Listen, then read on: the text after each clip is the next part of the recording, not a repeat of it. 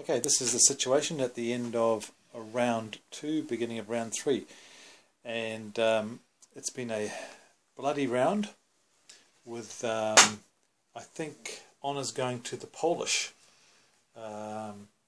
with a stabilised Polish southern front and a relatively stabilised Polish northern front, given where it was at the end of last turn, and Patrick will give his ideas in a moment.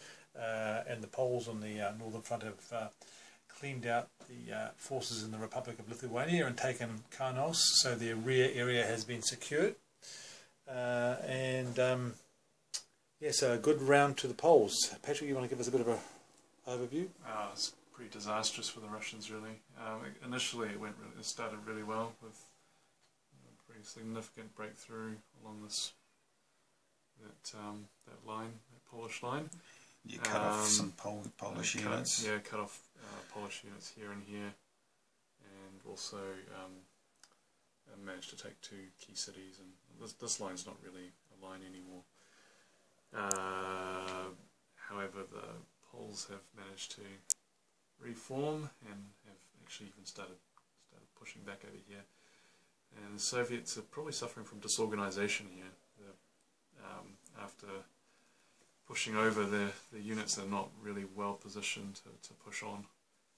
And they've pushed some extra strength down south because the south is going so badly. They needed to threaten.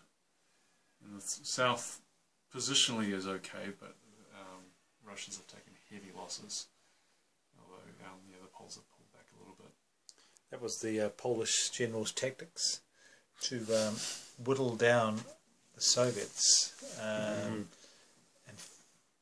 I was prepared to risk breakthroughs, but fortunately I was able to whittle them down and avoid breakthroughs, which was good. So I'm still hanging on to Berdichev, which is out in a bit of a limb now, that city, with some forces surrounding it. But I'm quite pleased with how that front went. Any comments, Hamish? Other than the fact that both fronts, the Polish do have the initiative for the next round. Oh, that's been significant, actually. Good Yeah. point.